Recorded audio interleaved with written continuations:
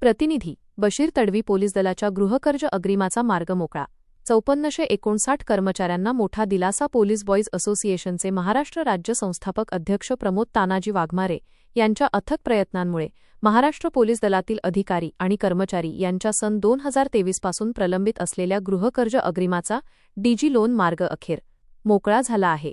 Police महासंचालक कार्यालयाने या गृहकर्ज अग्रिमासाठी एकूण 1768 कोटी 8 लाख रुपये मंजूर केले आहेत।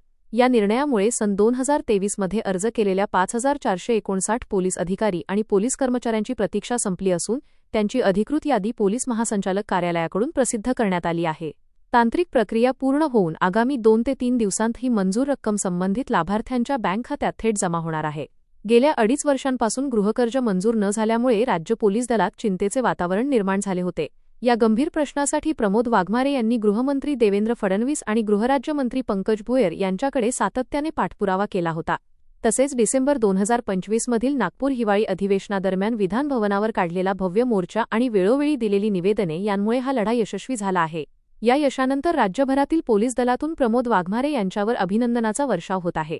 जळगाव जिल्हाध्यक्ष भूषण नगरे, उपाध्यक्ष हेमंत तावडे आणि पोलीस बॉईज असोसिएशनच्या सर्व पदाधिकाऱ्यांनी या निकालाचे स्वागत केले असून ही बातमी समजताच पोलीस कर्मचाऱ्यांनी समाधान व्यक्त केले आहे।